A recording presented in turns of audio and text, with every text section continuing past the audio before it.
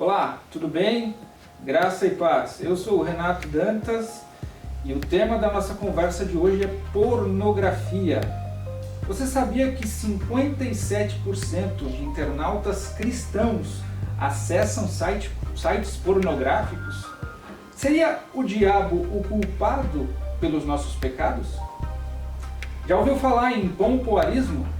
Para responder essas e outras perguntas, o nosso convidado da noite é o analista de sistemas de formação com diversos cursos na área de dependência química, psicologia pastoral, fundador do premiado aplicativo Socorre.me, autor do livro Libertos de uma Prisão Invisível, ex-viciado em pornografia, pastor Daniel Cardoso.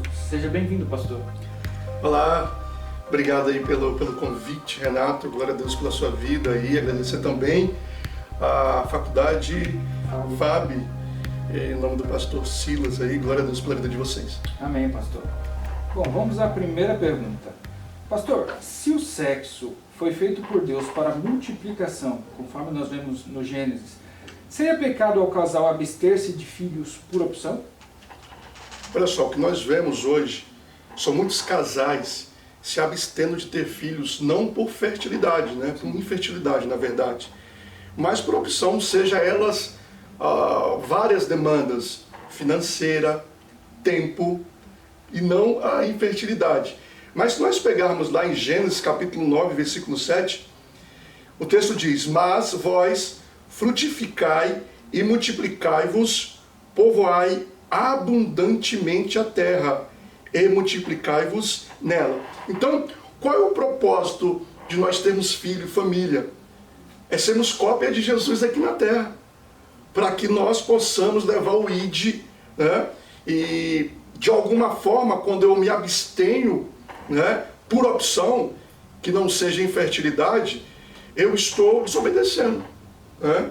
Estou deixando de fomentar o evangelho na minha própria casa e até fazer discípulos, seria essa? Seria essa, justamente, porque não tem outra justificativa. Qual seria a justificativa? Financeira? Daniel, você não entende. Eu casei com a minha esposa, mas nossa situação financeira é muito delicada, eu não posso ter um filho.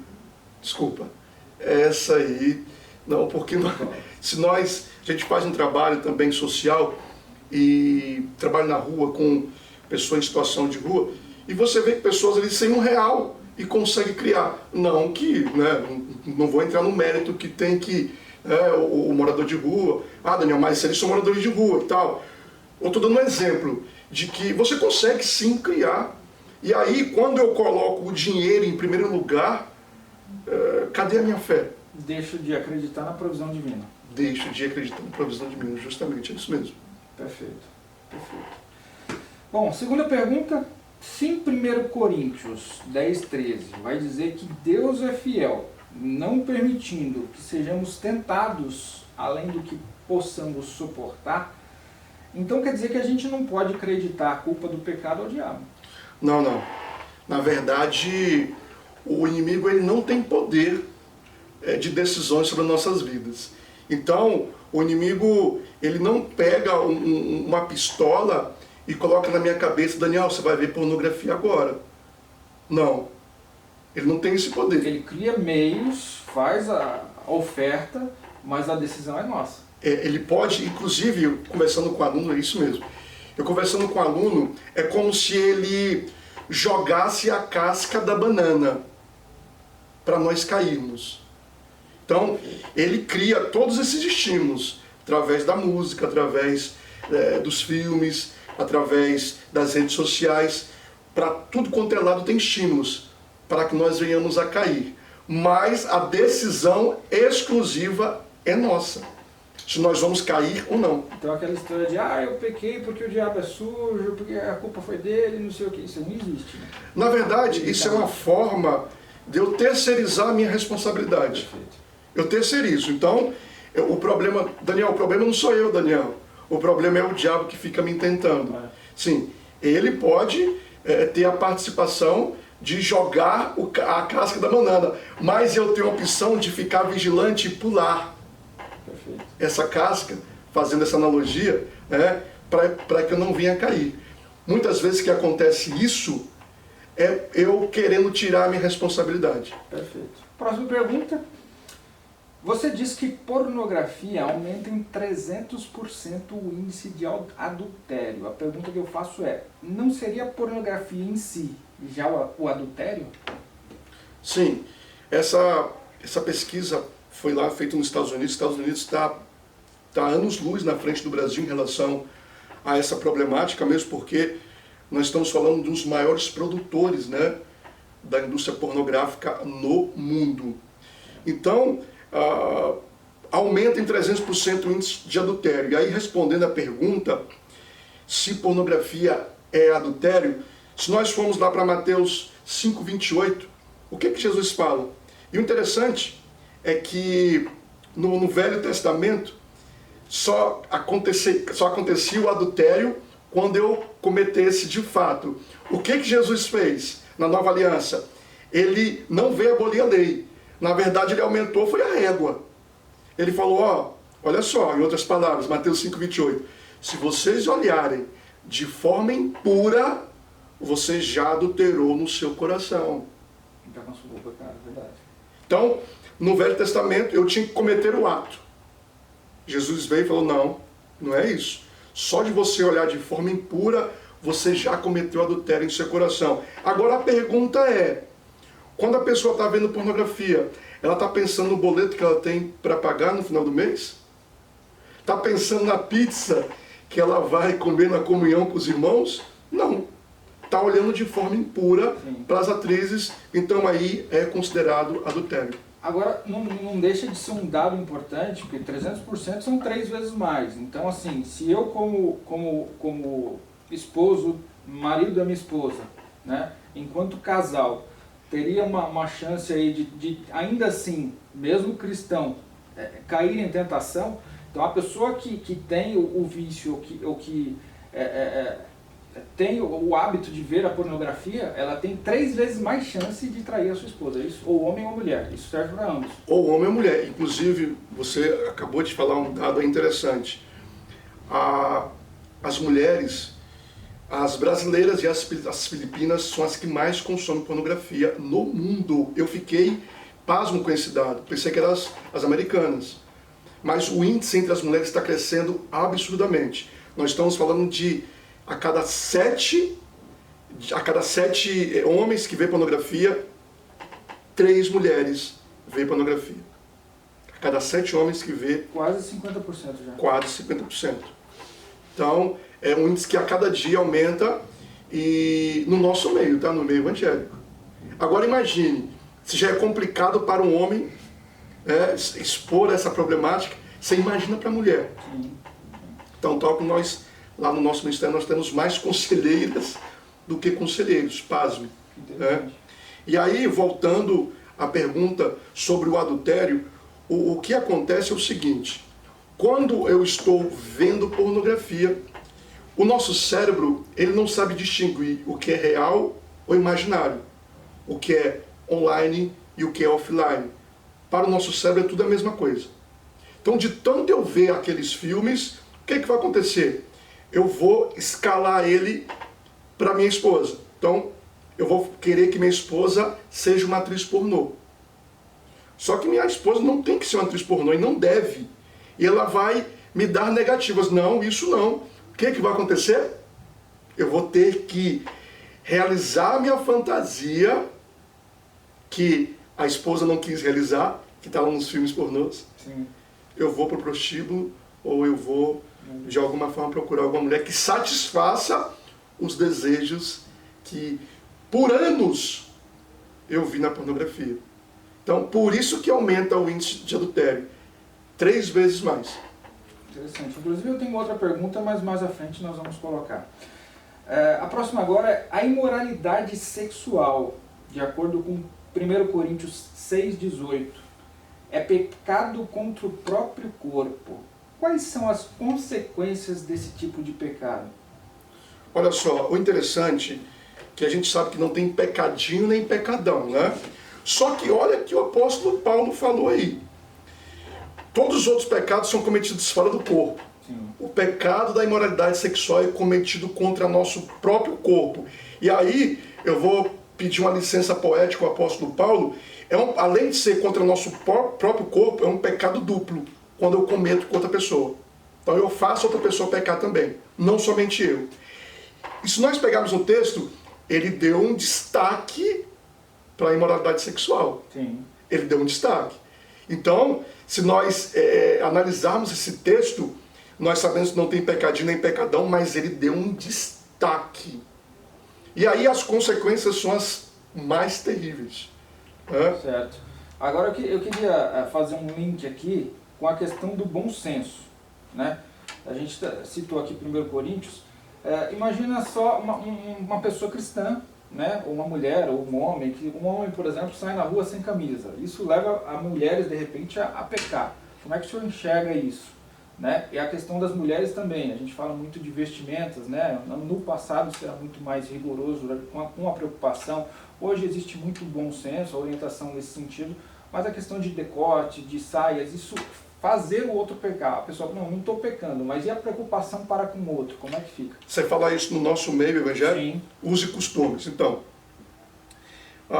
eu tive, não vou colocar aqui denominações, mas eu tive no ano de 2018 em uma convenção que nós estávamos expondo o nosso livro, e aí veio muitos jovens perguntar sobre essa questão de sexualidade e sobre uso e costumes. Daniel, esse relato deles, só falaram para nós a lista do pode e não pode, mas não falaram o porquê. Olha que interessante, o porquê. Aí a questão de vestimentas com as mulheres, saia. Se nós prestarmos atenção, tem saias São piores que calças. Piores que calças. Sem dúvida. E aí não falaram para esses jovens, só colocaram a lista aí, pode, não pode. O porquê? Porque se você se vestir altamente sensual, você vai estar fazendo o outro pecar. Perfeito. Não é isso? E aí, hoje, o que acontece hoje no nosso meio? Nós vivemos, o que eu falo, Renato, é o seguinte, nós vivemos numa sociedade completamente pornificada. Eu até brinco e falo que Sodoma e Gomorra já perdeu faz tempo para essa nossa geração. E o pior, no meio da igreja. Esse é o pior. Esse é o pior. Então, infelizmente, coisa que não poderia acontecer, não só as mulheres, os homens também, altamente com vestimentas sensuais. E aí, volta aquela pergunta que você fez. Isso acontece demais. Os nossos alunos, né, os nossos seguidores, Daniel, eu pequei por causa do fulano, por causa do Beltrano. Não. Você não pecou por causa do fulano, por causa do Beltrano. A grande questão é que sim, essa pessoa está errada de se vestir sensual, tá, mas ela vai prestar conta com Deus. Sim. A minha parte é fazer o quê? Igual José. É correr, é fugir. É fácil? Não é fácil. Porque, no caso, isso é interessante, essa pergunta que você fez, Renato. Os homens, os destinos dos homens são nos olhos. Sim. Das mulheres é no ouvido. Você quer ver uma... De onde você tirou isso, Daniel? Gênesis. O que Eva fez? Foi iludida pelo inimigo nos ouvidos. Falando que o fruto era bom, que era tal. E depois ela pegou, fazendo analogia à maçã, né? Não é maçã, mas enfim. Deu para Adão, é Adão pelos olhos. Então o homem é muito visual. Sim. O homem é muito visual. A mulher jamais pelo ouvido. Jamais estimulada pelo ouvido. É tão tal que já tem produtoras específicas para a pornografia feminina. Por quê? Porque no caso da pornografia masculina, pelo fato dos homens serem visuais, já vai logo no hardcore, logo já vai para os finalmente, né, nos primeiros minutos. A mulher não. As produtoras sabem disso, que a mulher é mais emocional, e aí tem todo um roteiro, tem todo um romance, tem todo um preliminar para depois ter o finalmente. Agora, voltando a essa terceirização da culpa, eu achei bem interessante isso, e a gente vê isso no Gênesis também. Adão, né? Com Adão. Foi a mulher que tu me deste, não é? É bem isso. O ser humano, ele vai fazer de tudo, que é um mecanismo de defesa. Sim. É um mecanismo de defesa que eu tenho, né? Automaticamente, quando foi você, e já vem de criança isso também, né? Não fui eu. A criança está com chocolate. Você está comendo chocolate? Não Com a tô. boca toda suja de chocolate. Não foi Não fui eu. Então, é muito disso. É um mecanismo de defesa, muitas vezes, inconsciente. Eu querer jogar responsabilidade. Eu peco por causa da minha esposa. Eu estou assim, viciando a pornografia por causa do meu pai, que me apresentou a pornografia muito cedo. Sim, ele tem uma responsabilidade, sim, mas isso não impede de eu chegar e falar, não quero mais. Sim. E a proposta de arrependimento é essa, né? Reconhecer o meu erro, o meu pecado e falar, agora acabou. Isso não faz mesmo. parte mais da minha vida. É bem isso. Perfeito. Agora uma pergunta com relação ao casal. A masturbação mútua entre casal seria pecado? Eita perguntinha, hein? Vocês querem me colocar contra a parede aqui, hein? Olha só, o que é masturbação?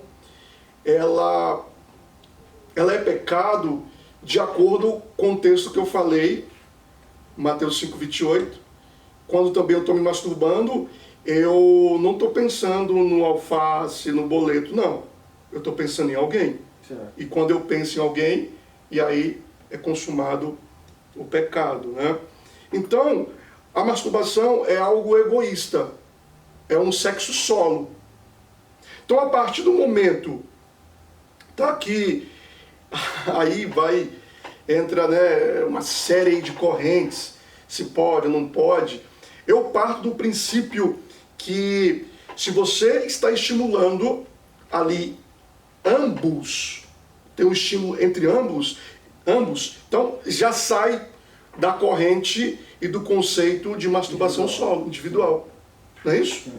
Então, se os dois estão ali, e se você pegar Cantares, muitos falam que Cantares foi Jesus, fez para a igreja, mas Cantares é um livro poético voltado à sexualidade, ao sexo. Sim. Né? Inclusive teremos um estudo dia 22, o senhor está convidado. 22 agora desse mês. Olha que legal. Sobre Cantares. Então, ali é sexualidade pura. Né? Então, o texto de Cantares fala vários versículos, né? O vinho derramando, enfim, você parte do princípio que esse estímulo mútuo, né, já sai da questão da masturbação solo. Perfeito. Agora, por que você qualifica a pornografia como uma mentira? Acho que a gente já até falou um pouquinho sobre isso, mas é bacana dar uma atenção maior. Olha, interessante, nós estamos falando de uma indústria bilionária. Sim.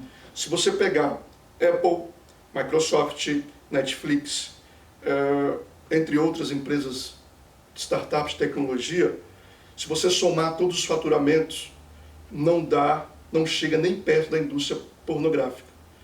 Ela chegou ao ponto de ultrapassar a indústria de drogas e de armas. A indústria é gigantesca. Como a indústria é gigantesca, como ela tem dinheiro, o que ela vai fazer? Contratar os melhores editores, as melhores atrizes. Então, lembra que eu falei que o nosso cérebro não sabe distinguir o que é real e o que é imaginário? Então, se eu vejo uma atriz pornô ali, com seus decotes, e as câmeras não pegam, por exemplo, a parte da celulite, porque, gente, a pornografia é uma mentira porque ela passa o que não é real. Até a questão de tempo também, né? Questão do tempo também, né? Porque tem todo uma questão de edição ali. Sim. O cara consegue colocar, eu que faço algumas edições lá no canal, então se eu quiser pegar um vídeo de 30 segundos, eu coloco ele, eu replico ele para 10 minutos, 15 minutos. Então tem todo um jogo de edição por detrás, marqueteiros, roteiristas, e aí o que acontece? É uma mentira. O que pode trazer uma frustração, uma decepção e culminar de repente até numa separação também. Né? Sem dúvida. Por quê? Porque eu estou ali ficcionado, né? Ficcionado naquela imagem, que aquilo é real, e eu vou querer colocar em prática, pensando que aquilo é real, e não é real. O real é completamente diferente. Aí eu vou abrir aqui um parêntese, tá? Que sexo é completamente diferente de pornografia. Não tem nada a ver, é outra mentira. Pessoas falam que sexo é pornografia. Não, é completamente diferente. Sexo é algo santo, criado por Deus, com objetivos bem definidos entre homem e mulher, e aí nós entramos em outra seara, né? Sim. É complicado até falar isso, mas nós temos que falar a verdade. E a pornografia é o quê? É violência contra a mulher. É uma distorção do diabo daquilo que Deus criou. Renato, eu sempre falo que o inimigo, ele não é um Steve Jobs da vida, ele não criou nada.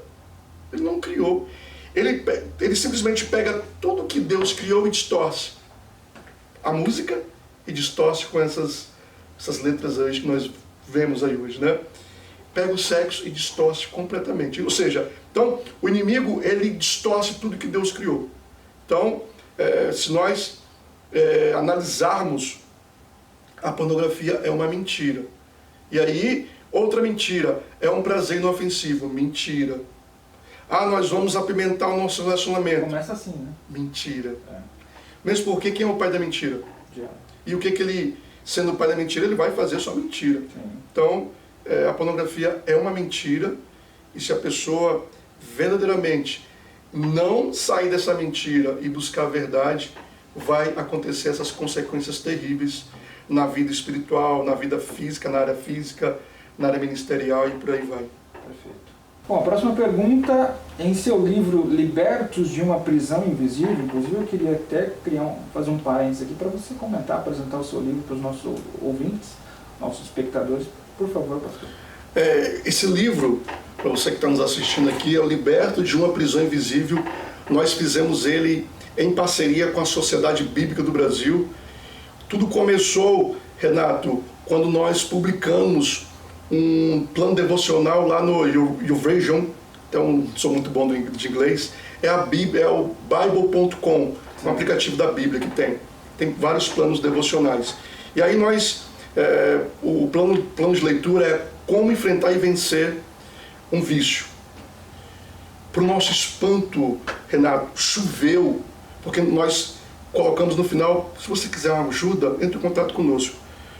O nosso WhatsApp, o nosso e-mail, pessoal do Brasil e mundo inteiro entrando em contato conosco. Cada 10 pessoas, 9 problemas com a pornografia.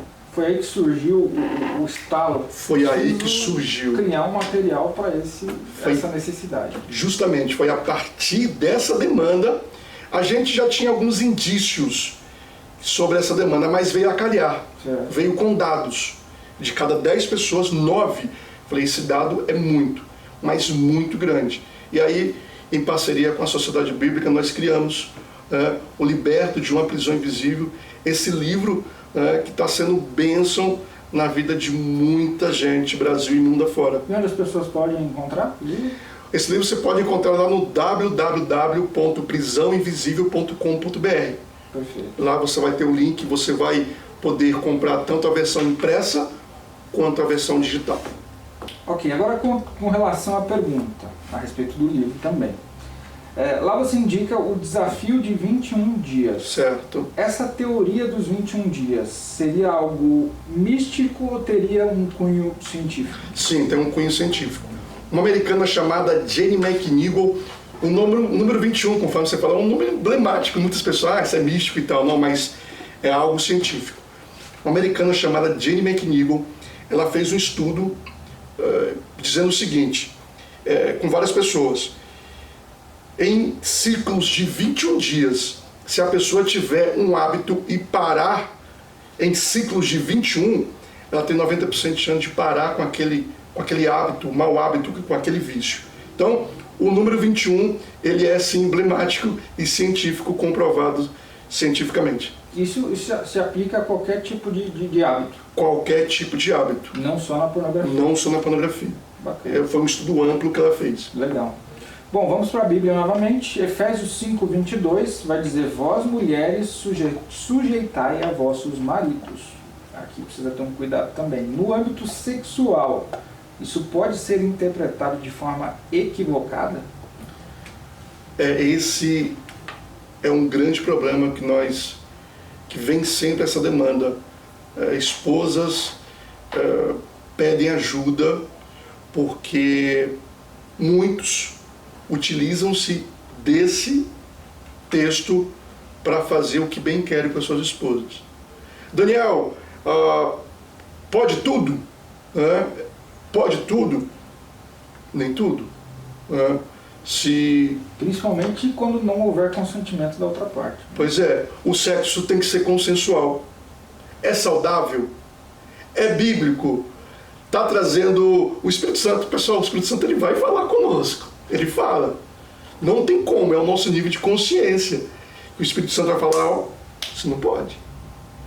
A pessoa no fundo sabe. Então, se é consensual, se é bíblico, se é saudável, se não traz culpa, se não traz vergonha, pode. Mas só que muitos utiliza-se desse texto para fazer o que bem querem, relatos dos mais esdrúxulos possíveis. Teve um caso de a gente chama de esposas feridas, que veio pedir ajuda para nós, que o marido ele estava numa posição que pegava o pé dele no pescoço dela e ele empurrava o pé dele no pescoço, chegando ao ponto de ela ficar sem ar e desfalecer.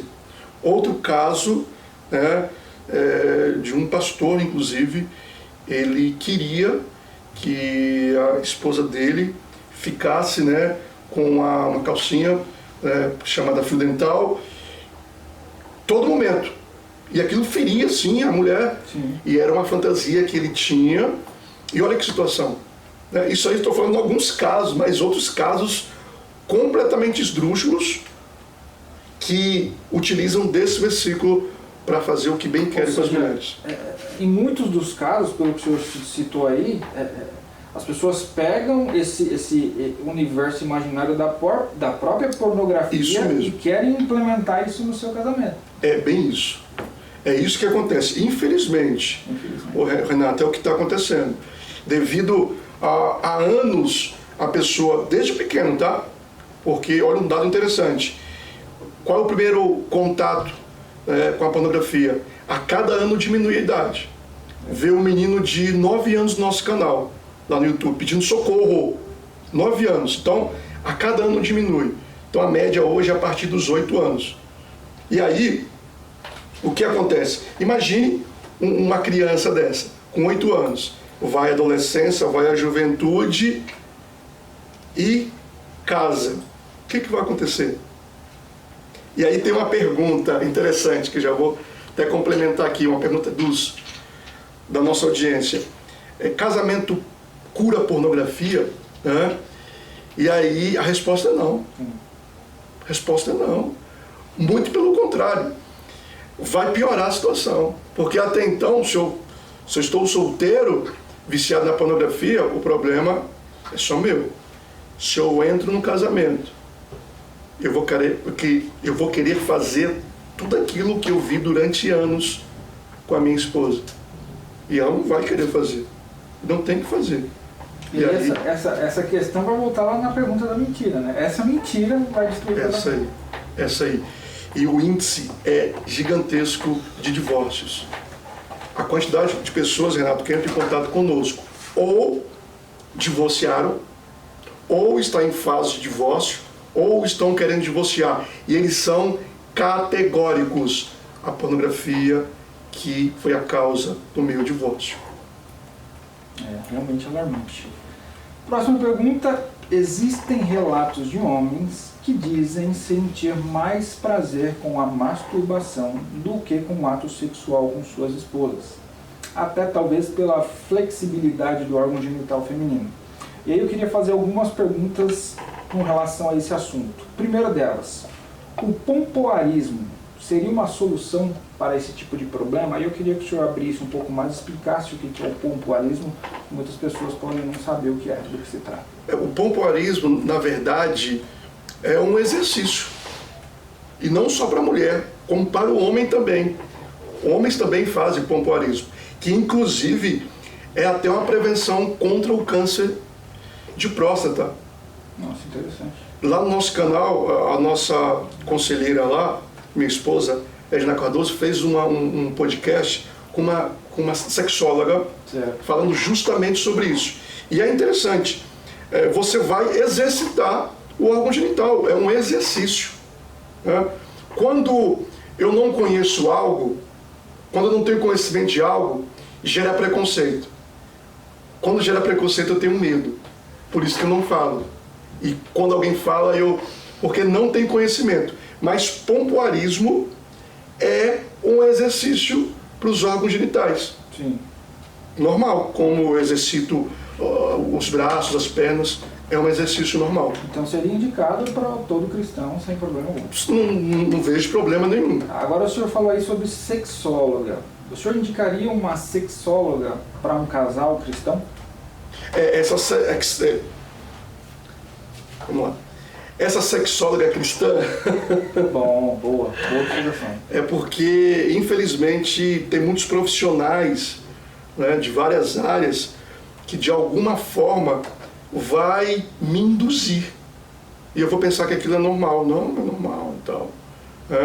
Mas não é. Então, tem várias sexólogas cristãs, eles vão à luz da Bíblia. Inclusive, nós fizemos um podcast com uma fisioterapeuta pélvica, olha que interessante, e sexóloga também. E cristã. Bacana. Cristã. Então, se você está tendo problema no casamento, procure profissionais. Existem profissionais, sim. Deus deixou os profissionais. Sabe qual é o problema, Renato? Que a gente espiritualiza tudo. Tudo. Então, nós somos seres, não vou entrar aqui em polêmica até teológica, tá? Sim. Mas o escritor de Hebreus fala que nós somos seres tricotômicos, espírito, alma e corpo.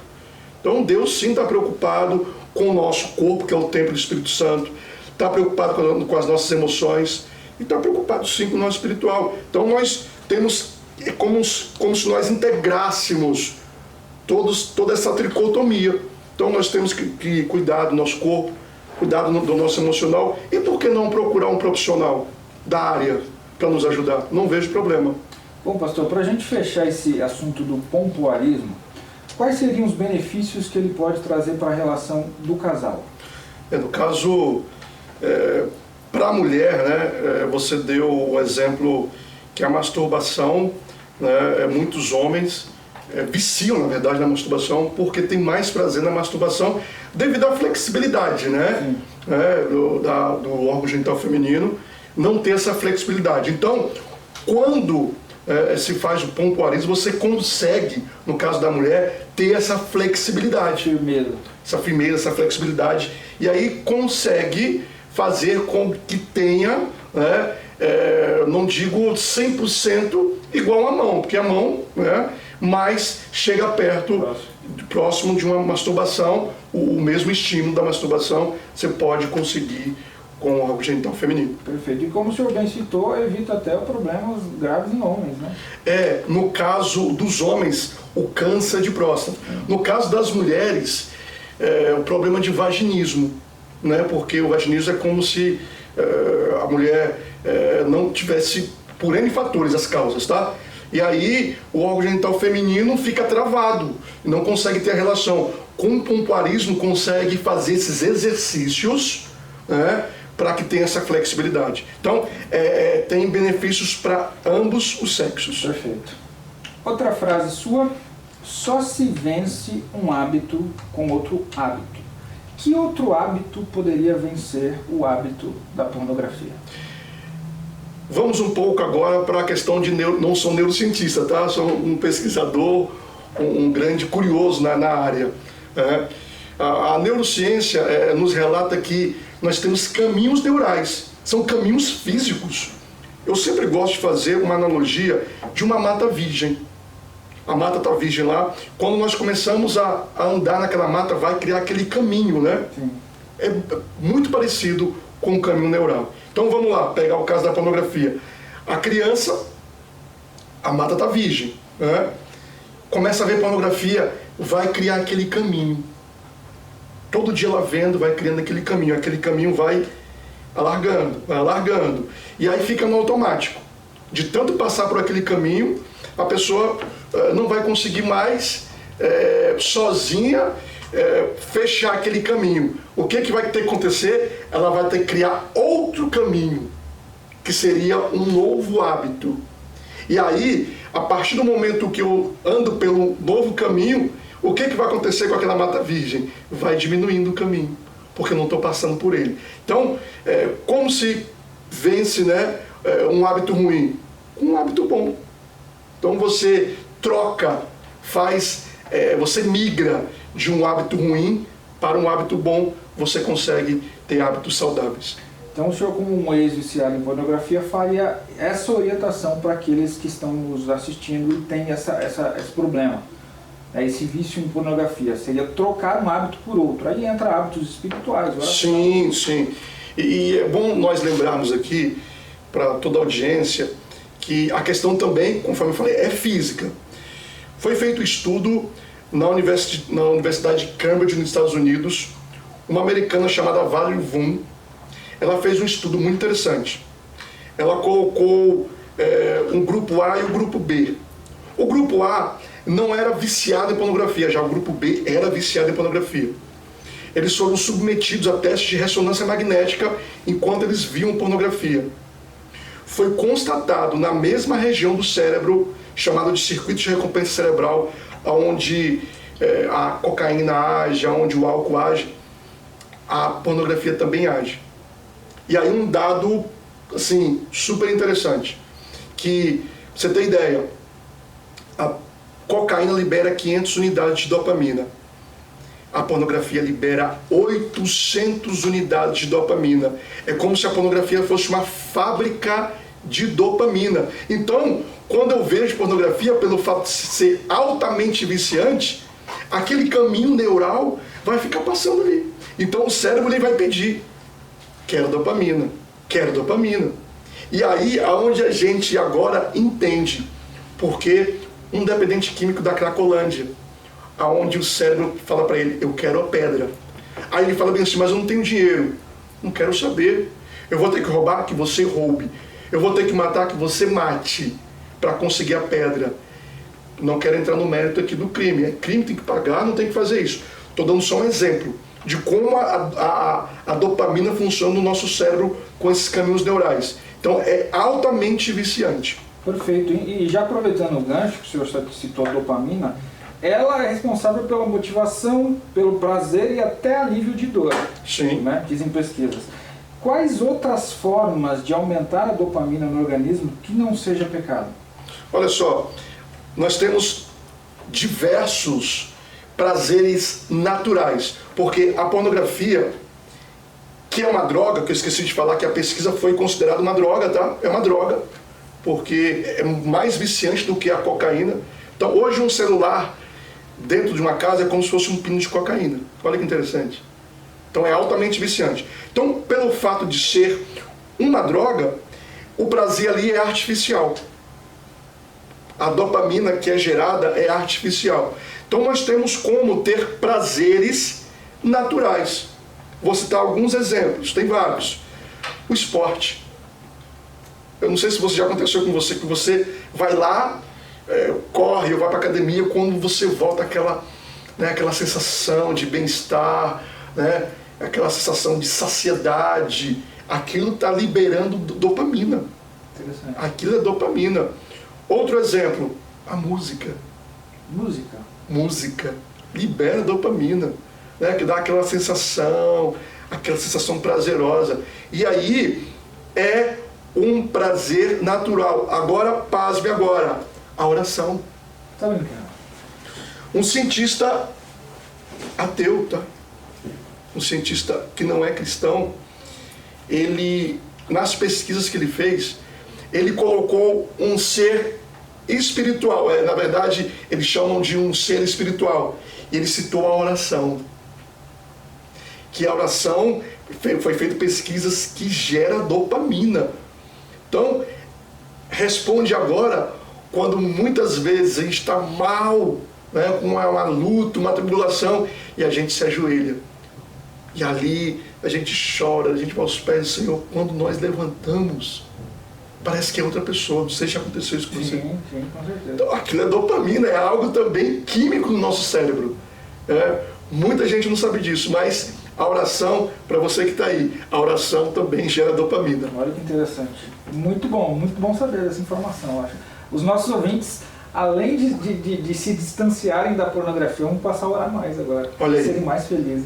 Você vê como é que você tira um hábito ruim pelo hábito bom, que vai trazer diversos benefícios. Perfeito. Agora sim, já falando dessa resposta da oração, lado espiritual, quais são os elementos essenciais que o senhor indicaria para uma vida santa, separada e liberta da pornografia? O que acontece? Quando eu estou levando a vida dupla, que nós chamamos, estou na igreja lá, seja no ministério de canto, de pregação, seja o que for, e eu estou viciado na pornografia, eu estou levando uma vida dupla. E aquilo vai gerar diversas consequências, sentimento de culpa, vergonha, medo, frustração e por aí vai. A primeira dica que eu dou é você trazer esse pecado à luz. Renato, é confessar. Tiago 5,16. Deus ele vai nos perdoar, Deus nos perdoa, mas a cura vem o quê? Confessar. O confessar, eu dou sempre um exemplo, faço analogia, a uma comida que nós comemos, uma feijoada no sábado à tarde, um calorzão. Imagine. E aquilo vai começar a fazer efeito no organismo. Aí nós ficamos a noite todinha com aquele mal-estar, querendo vomitar, aquela coisa ruim, não é isso? A cura vem quando? Quando nós vomitamos. Colocamos para fora. Isso é o confessar. Renato, você não tem noção a quantidade de pessoas que entram em contato conosco através do WhatsApp, e-mail. Só o fato deles confessarem algo que nunca falaram para ninguém. E o engraçado é que eles, depois que confessam, aí eles falam, nossa, você me ajudou bastante. Mas não falei nada.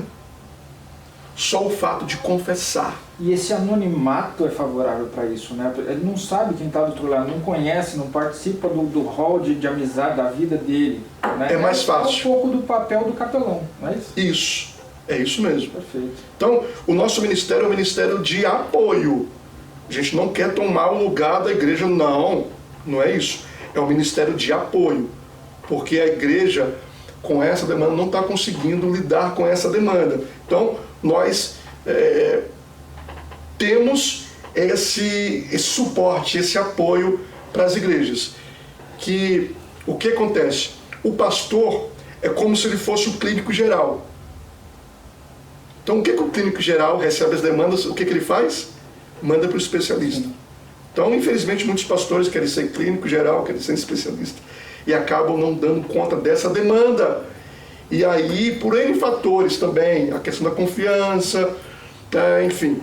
Então, o que nós vemos aí é que nós estamos aqui para ajudar. E o confessar, ele é de suma importância para nós vivermos uma vida em santidade. Perfeito. Pastor, para a gente finalizar, a gente tem aqui um dado do web porn, né, que são os conteúdos pornográficos online, que geram bilhões de reais todos os anos, e mais de 200 novos sites entram no ar todos os dias no mundo. Como é que a igreja, qual o seu conselho para a igreja, como é que ela deve se preparar para combater esse mal? O interessante é que foi num fórum de ciências bíblicas na Sociedade Bíblica do Brasil, estava lá conversando com Douglas Gonçalves, falando sobre essa problemática. Aí eu até perguntei para ele, e aí Douglas, o que fazer? E ele citou uma resposta que eu já sabia, só queria saber da boca dele. Daniel, tem que falar de púlpito. Tem que ser falado. Então o que o inimigo quer? Que não fale sobre isso. E hoje é muito pouco falado, né? Pouquíssimo falado. E aqui, glorificar a Deus pela vida do pastor Silas aqui, porque está trazendo essa problemática, né, aqui para a igreja, porque é um tema atual, emergente, E olha os escândalos, Renato, que está acontecendo na igreja. Pastores, né? Até entre pastores.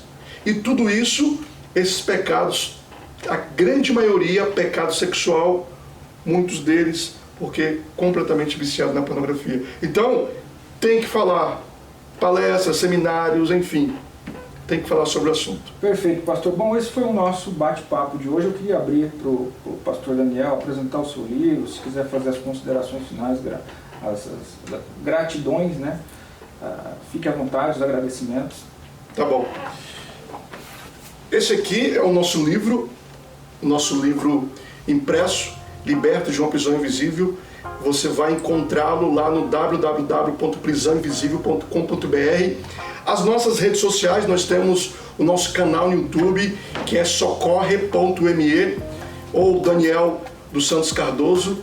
Nosso Instagram também é Socorre-me, nosso Facebook. Lá no nosso site, se você entrar lá, vai ter todos os botões linkando para todas as redes sociais. E nós temos diversos conteúdos gratuitos. Nós temos 3 e-books também gratuitos. Lembrando que 80% do nosso conteúdo é gratuito. 80%. Nós geramos conteúdos no YouTube, no Instagram, para abençoar a igreja no Brasil e no mundo. Perfeito, pastor. Obrigado pela sua presença, pelo seu tempo. Foi de muita importância para nós. Que Deus abençoe a sua vida, viu? Eu que agradeço aí, você, Renato, toda a equipe aqui, o pastor Silas aí, pela oportunidade. Glória a Deus pela vida de vocês. Pessoal, encerramos aqui o bate-papo de hoje. Espero que você tenha gostado, espero que tenha sido bênção para a sua vida. Não esqueça de curtir e compartilhar esse vídeo com seus amigos, familiares. E é isso. Deus abençoe vocês. Até a próxima.